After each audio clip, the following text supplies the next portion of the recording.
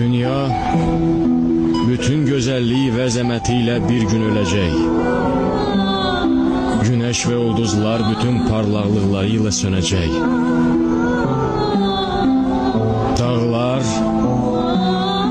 bütün ucalıq ve qürurlarıyla birgə çökəcəklər.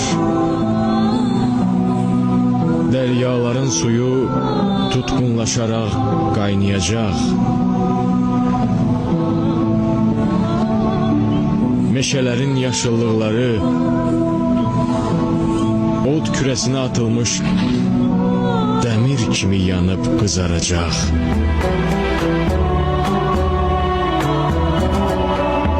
Belə bir vəziyyətdə insan evini su basan qarışqa kimi olacaq